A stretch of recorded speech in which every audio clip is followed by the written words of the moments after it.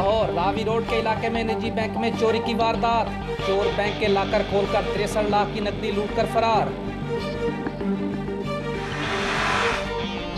अक़वाम मुत्तहिदा ने पाकिस्तान को बदनाम करने की भारतीय साजिश नाकाम बना दी। अल्ताफ हुसैन के खिलाफ लंदन में पाकिस्तानी बाहर निकल आए, मुल्क बदर करने का मुतालबा।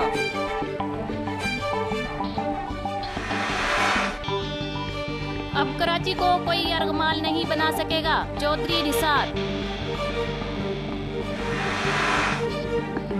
अल्ताफ हुसैन से वफादारी का दम भरने वाले मुहब्बे वतन नहीं हो सकते, ख्वाजा आसिफ।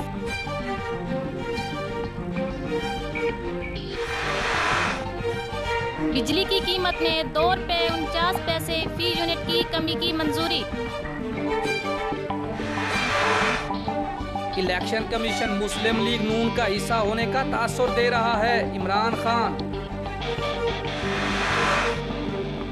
सक्खर में अरसलान शेख को पाकिस्तान का सबसे नौउम्र मेयर होने का एजाज हासिल।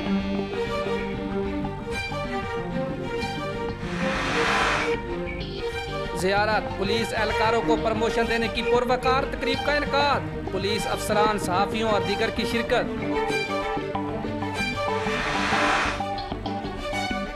काबुल में अमेरिकी यूनिवर्सिटी पर हमला, एक तालिब इल्म हलाक, 14 जख्मी।